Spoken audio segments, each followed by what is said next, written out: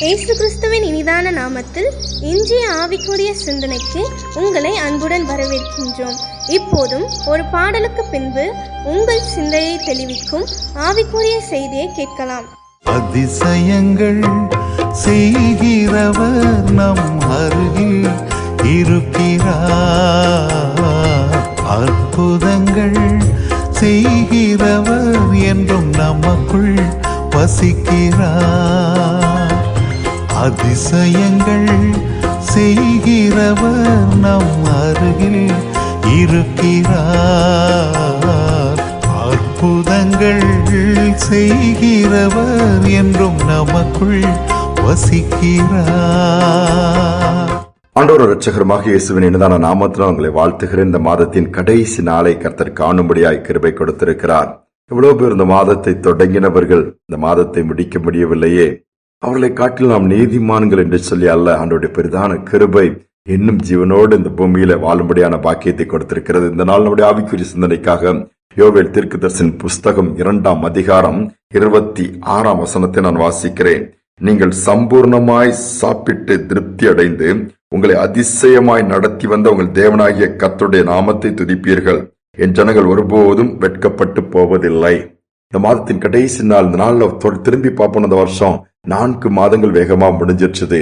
இந்த மாதத்துல தொடங்கினது இம்மட்டுமா கர்த்தர் நடத்தினாரு. தேவைகள் இருந்துச்சு, பலவீனங்கள் இருந்துச்சு, நெருக்கங்கள் இருந்துச்சு, மன அழுத்தங்கள் இருந்துச்சு, இன்னும் எவ்வளவோ எதிர்பார்ப்புகள், சவால்கள். ஆனா அதெல்லாம் தாண்டி எந்த விதத்தில் ஆண்டவர் கைவிடாதபடி இம்மட்டும் நடத்தி வந்திருக்கிறாரா, இம்மட்டும் போஷித்து பராமரித்து உடுத்து விட்டு வந்திருக்கிறார். அதற்கு நாம் நன்றி செலுத்தணும்னு வேதம் சொல்கிறது. நீங்கள் சம்பூர்ணமாய் சாப்பிட்டு திருப்தி அடைந்து, திருப்தி இல்லாத உலகத்தை தான் வாழ்ந்துட்டு இருக்கிறோம். மனுஷன் பணம் கிடைச்சா நிம்மதியாருண்டு எவ்வளவு விதத்துல சம்பாத்தியம் பண்ணாலும் நிம்மதி வரமாட்டேக்கு.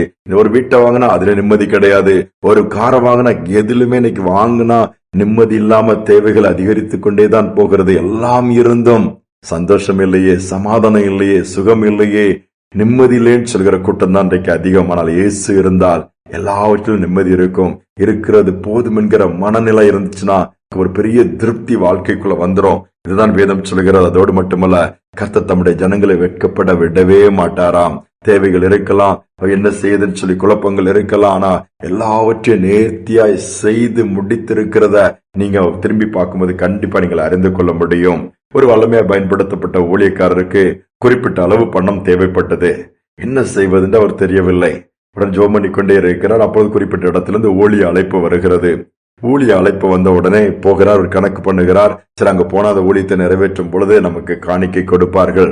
அந்த காணிக்கை வைத்து எப்படியாவது சமாளிச்சு விடலாம், ஒன்றுமில்லாமல் இருந்து கர்த்தர் ஒரு வழியை திறந்திருக்கிறார் சந்தோஷமாய் என்ன பண்ணுகிறார், புறப்பட்டு போகிறார். அதே மாதிரி அவர் எதிர்பார்த்தபடியே ஊழியத்தை நிறைவேற்றின பிறகு அவருக்கு காணிக்கை கொடுக்கிறார்கள். அவர் எதிர்பார்த்த தொகை அதில் இருக்கிறது. சந்தோஷமாய் ஜெபம் பண்ணிட்டு வீட்டுக்கு திரும்பலாம்னு சொல்லி புறப்படும் பொழுது ஆண்டவர் பேசுறாரு, நீ பெற்றுக்கொண்ட இந்த பணத்தை குறிப்பிட்ட இந்த இடத்துல ஊழியம் செய்கிற என்னுடைய ஊழியக்காரனுக்கு நீ கொண்டு கொடு அப்படிங்கிறாரு. பாருங்கள், இவருக்கே தேவை இருக்கிறது. ஆனால் ஆண்டவர் சொல்கிறார், இன்னொரு தேவைப்படுகின்ற தேவையோடு இருக்கிற ஒரு ஊழியருக்கு கொண்டு அதை கொடுன்னு சொல்லும் போது இந்த மனுஷன் எந்தவித மறுப்பும் தெரிவிக்காமல் ஆவியானவர் ஏவுதலின்படி அங்கு போகிறார். அங்கு போனா அந்த ஊழியக்காரரை பார்க்கிறார். பார்த்து அவர் ஜெபம் பண்ணிட்டு இருக்கிறாரு. ஆண்டவர் இந்த மாதிரி உணர்த்தினாரு, உங்களுக்கு நான் அதை கொடுக்கிறேன் போது அவருக்கு ஒரே ஆச்சரியம். நானும் இன்னைக்கு காலையில இருந்தே ஜெபம் பண்ணிட்டு இருக்கிறேன், ஆண்டவரே ஒரு வழியை தரங்க, இத்தனை ஏராளமான பிள்ளைகளை நான் பராமரிக்கிறேன், அவளுக்கு ஆகாரம் கூட இன்னைக்கு இல்ல. அதற்கும்போது கொடுக்கும்போது இவர் கொடுத்த பணம் அவருக்கு போதுமானதாக இருந்திருக்கிறது. அவரும் சந்தோஷமாய் ஜெபித்து அனுப்பி விடுகிறார். வீட்டிற்கு வருகிறார். பாருங்கள், இவருடைய தேவை சந்திக்கப்படவில்லை. சந்திக்கப்பட்டதும் இன்னொருக்கு கொடுக்க முடியும், அவருடைய தேவை சந்திக்கக்கூடியதாக மாறிடுச்சு. வீட்டுக்கு வந்து உட்கார்ந்துட்டாரு. என்ன செய்யணும் தெரியல. ஆனாலும் அப்பொழுது பார்த்து ஒரு போஸ்ட் வந்திருக்கு. வீட்டுல அவங்க ஒய்ஃப் ஒரு போஸ்ட் வந்திருக்குப்பா, ஒரு கவர் இருக்கிறத நீங்க எது பண்ணுங்கன்னு சொல்லி போஸ்ட்ல வந்ததை பிரிச்சு பார்த்தா இவருக்கு எந்த பணம் தேவைப்பட்டதோ அந்த பணத்தோட கொஞ்சம் அதிகமான பணம் அந்த கவருக்குள்ள இருக்கிறது. பாருங்கள், ஆண்டவர் வீட்டிற்குள் வரும் பொழுது அதை காட்டிலும் கொஞ்சம் அதிகமாக கொடுத்து ஆசீர்வதிக்கிறார். அவருடைய கண் கலங்கி ஆண்டவருக்கு நன்றி சொன்னாராம். ஆண்டவரே, நான் எதற்குமே தகுதி கிடையாது, எவ்வளவு பெரிய தேவன், எவ்வளவு அழகா நடத்துறீங்க, நான் மற்றவங்களுக்கு கொடுக்கக்கூடிய பாக்கியத்தை எனக்கு இந்த நாள்ல வச்சீங்க. அதோடு மட்டுமல்ல, தேவைகளை சந்திக்கிறதுக்கு ஒரு வழியை திறந்துட்டீங்க. உண்மையிலே நீர் அதிசயம் செய்கிறவர், அதிசயமாய் நடத்துகிறவர். நமக்கு ஒரு நாமம் உண்டே, அதிசயமானவர் சொன்னது போல அந்த நாமத்தை சொல்லி துதித்தாராம்.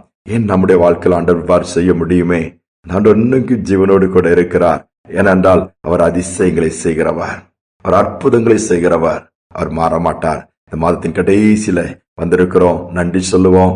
அதிசயமா நடத்தி வந்த பாதைகளை நினைச்சு அவரை மகிமைப்படுத்துவோம், ஸ்தோத்திரங்களை ஏறெடுப்போம். புதிய மாதத்துக்குள்ள போகும்போது புதிய நன்மைகளை சுதந்திரிப்பதற்கு அது ஏதுவாக இருக்கும். ஜெபிப்போமா. எங்கள் அன்பின் தகப்பனே, இந்த மாதம் முழுவதும் எங்களை வழி நடத்தினதற்காய், பாதுகாத்ததற்காய், பராமரித்ததற்காய், போஷித்து வந்ததற்காய், ஆபத்துகள் விபத்துகள் இருந்து பாதுகாத்ததற்காய் ஸ்தோத்திரம் அப்பா. எவ்வளோ நெருக்கங்கள் வந்தாலும் எங்களுக்கு பலன் கொடுத்தீங்க. எல்லாவற்றிலும் சோர்ந்து போன நேரத்தெல்லாம் தட்டி கொடுத்து எங்கள் பணிகளை செய்ய, பொறுப்புகளை நிறைவேற்றக்கூடிய பாக்கியத்தை கொடுத்தீங்க. அதற்காய் ஸ்தோத்திரம். இந்த நாளிலும் கூட இந்த ஆடியோ கேட்கிற ஒவ்வொரு பிள்ளைகளையும் நீங்க ஆசீர்வதிங்க. ஒவ்வொருவருக்கும் இந்த மாதம் முழுவதும் நீ செய்த நன்மைகளுக்காக நன்றி, பாராட்டின கிருபைகளுக்காக நன்றி, ஜீவன் சுகம் பலன் கொடுத்ததற்காக நன்றி, எல்லாவற்றிற்காக நன்றி செலுத்துகிறேன். இந்த மாத கடைசியில் நாங்கள் ஒருமித்து உம்மை மகிமைப்படுத்துகிறோம். நீ அதிசயமாய் நடத்தி வந்த எல்லா காரியங்களுக்காக நன்றி அப்பா. இந்த பிள்ளைகளை வெட்கப்பட விடவே மாட்டீர். ஒருவேளை அந்த பாதை வெட்கத்தின் பாதையாக இருக்கலாம், நிந்தனின் பாதையாக இருக்கலாம், அது நிரந்தரம் கிடையாது. ஒரு நாள் அவைகள் மாறும். இரட்டத்தினான பலனை கொண்டு வருவதற்காய் ஸ்தோத்திரம். இந்த நாளிலும் நீர் நடத்துவீராக. துதிகனமை நமக்கு செலுத்துகிறோம். மீட்பு நாமத்தில் வேண்டிக் கொள்கிற நல்ல பிதாவே, ஆமேன் ஆமேன். நம்மளை அதிசயமாய் நம்முடைய தேவன் நடத்தி வந்திருக்கிறாரே, அவர் வெட்கப்பட விட மாட்டார், தொடர்ந்து நடத்துவார். இந்த சிந்தனையோடு இந்த நாளை தொடருவோம். மீண்டுமாய் நாளை தினம் சந்திப்போம்.